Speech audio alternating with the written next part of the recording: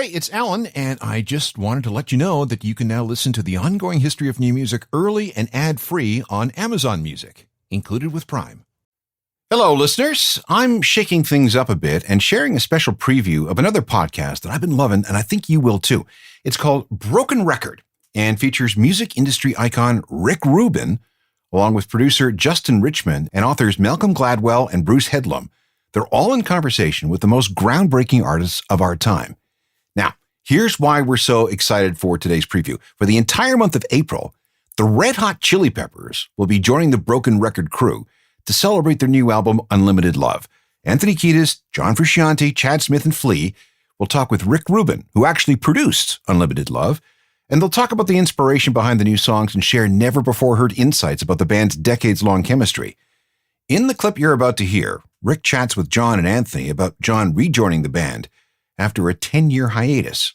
John was confident that he wanted to come back to the band, but Anthony was initially worried that past resentments would get in the way of their success. They share how they started from scratch after the reunion, relearning classic rock and roll and early days Red Hot Chili Peppers songs, and how they all agreed playing together again felt so right and so natural.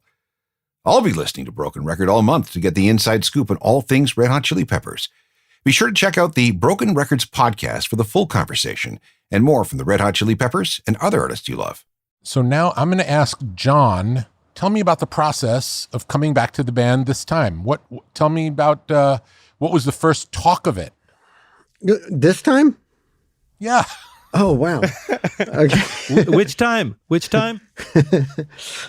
For those people who don't know, John left the band, rejoined the band, left the band, and has now rejoined the band. So this is the second time you've rejoined? Yeah. Second time you've rejoined. Third join, second rejoin. Yeah. Yes. Yeah, didn't really talk about it until Flea and I were standing in my kitchen, and Chad had said something to me when I saw him at Flea's wedding. He misses playing with me. Me and him and Flea should jam sometime.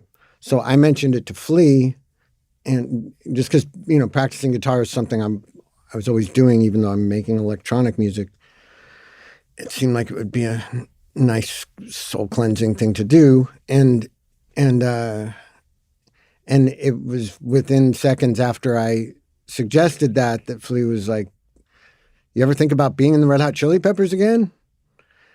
So we started hypothetically discussing the idea, but there were plenty of reservations and things like that. But yeah, started to open up the topic then. And then he said he'd talk to Anthony about it, and Anthony seemed to find the idea interesting. So then the three of us got together and talked about it. Then Flea and Chad and I got together and talked about it. About a week or 2 weeks where it was just sort of a possible outcome, but we weren't sure. I wasn't sure if I was going to do it. They weren't sure if they were going to do it. It was just, we were just trying to talk about it from every angle. I wanted to be sure that we were communicating and seeing it from every angle, just to make sure that none of us were going to wind up regretting it later. So, do you remember the first time you guys jammed together? Again, in this new incarnation? Yeah, by then I'm already in the band. That was the thing. I was talking about, well, let's play together and see if the old magic is still there or whatever, but Flea went right past that. He was just like, he wanted to concentrate on the topic of whether or not I was going to actually join. Wow. So yeah, we didn't play together until maybe a month later or something at rehearsal. So it's so interesting for me to hear what John just said, because I was not really privileged to those conversations, and I'm not exactly sure how it lines up, but I will say that John coming back to join and play music with the band was very much in the air, because Flea had not mentioned anything to me at all. Not a peep, no nary a mention of John Frusciante, or that he was communicating with him, or even thinking about that as a possibility. I knew that Flea was in a mood, in a disposition where he wasn't feeling his best self in the previous incarnation. For whatever reason, it just like he wasn't on fire. And I started getting a sensation that I wonder how John is. I wonder if he would ever think of participating in any way in our music again. I haven't spoken to him, haven't, really heard what he's up to, but I just got this sensation like, God, it would be really nice if John would get involved. And I didn't think that he was interested in joining or playing guitar, but I was like, I wonder if he would like co-write a song or produce a song, or I just didn't know. I didn't know where to go with this feeling that I had. So I said to Flea, I was like, when we're done doing what we're doing right now, I want to talk to you afterwards. Kind of important. And I was going to bring up this idea of John participating. And he said to me, he's like, no, I actually have something more important that I have to tell you. And I was like, no, let me, since I brought it up, I'll just tell you what I was thinking. He's like, well, I think you're going to want to hear what I have to say. I was like, okay, can it wait until after I tell you what I was going to say? And basically we were both saying the exact same thing at the exact same time, which was, what do you think about John?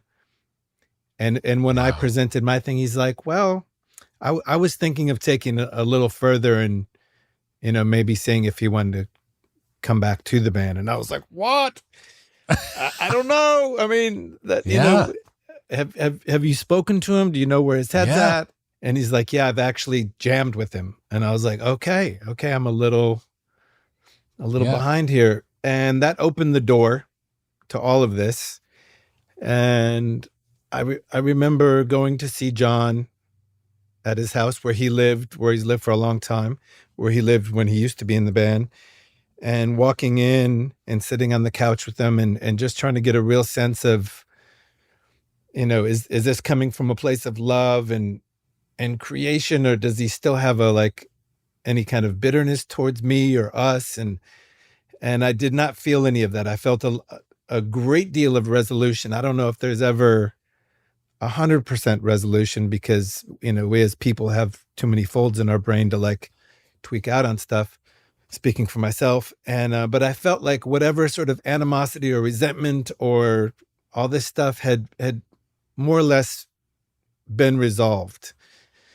And it felt very nice sitting next to him on the couch. And then he said one thing to me, which really made me feel like this is a done deal. I have no choice, come what may, for better, for worse, for disaster or wonder. And I don't know if he looked at me or if I looked at him or if it was just said, but he said, I was born to be in this band. And I was like, he is telling the truth. Yes. And there's no fucking way on earth that I'm going to stop that from happening or do anything other than get out of the way and just let it flow. Because if someone feels like that, then that's supposed to be. And it was, of course, it was terribly exciting, a little bit. It was kind of a vulnerable feeling because, like John said, is the old magic still there? Or are we just going to be, some weird guys in a room trying to make it happen? But I guess, I felt more confident that I did, concerned. And then when we got back together, it was so raw and basic and starting from scratch that it just felt right. It felt like, we have a lot of work to do to figure this out, but what a nice place to be. And, John made some really wise suggestions in the very beginning. He was like, let's learn some old blues songs and let's learn some really old Red Hot Chili Pepper songs.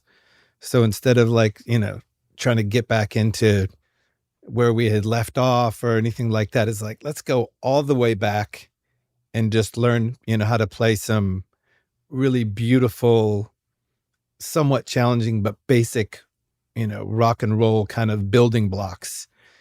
And I thought that was so smart because I needed to do that. And then the rest of the writing and the playing together started to happen way more naturally. And I think because John hadn't written a lot of rock music songs for quite a while, he had in him a reservoir of ideas and chord progressions and arrangements and vocal melodies and all these things that he must have been kind of quietly keeping in his back pocket that started to flow. And then the process was on. It's like every time John would bring a gem into practice, Flea would feel like, okay, I'll bring a gem. And then I would be like, oh, these guys are bringing gems. I better, go for a very long drive in my Chevy and figure out something to add to the stew, which is, part of our creative process. And it felt really natural. It felt really natural and like no pretense or, expectation. It's just like, let's go all the way back to the beginning and just start from zero. That's what it was like from my perspective, but I didn't know all these other things were going on.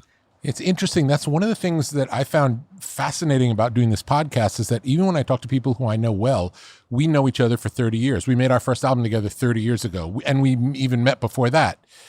And in the process of talking about stuff, we learn things that we never knew about each other, even though we sit in a room together every day.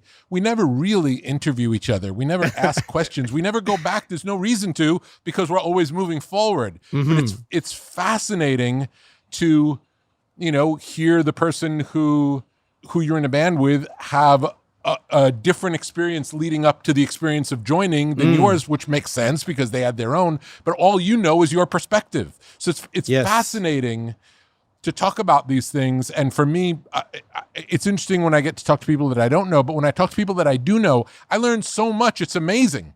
It's amazing. That was a preview of Rick Rubin's conversation with Anthony Kiedis and John Frusciante on Broken Record, a podcast from Pushkin Industries. You can hear more from Broken Record wherever you get podcasts.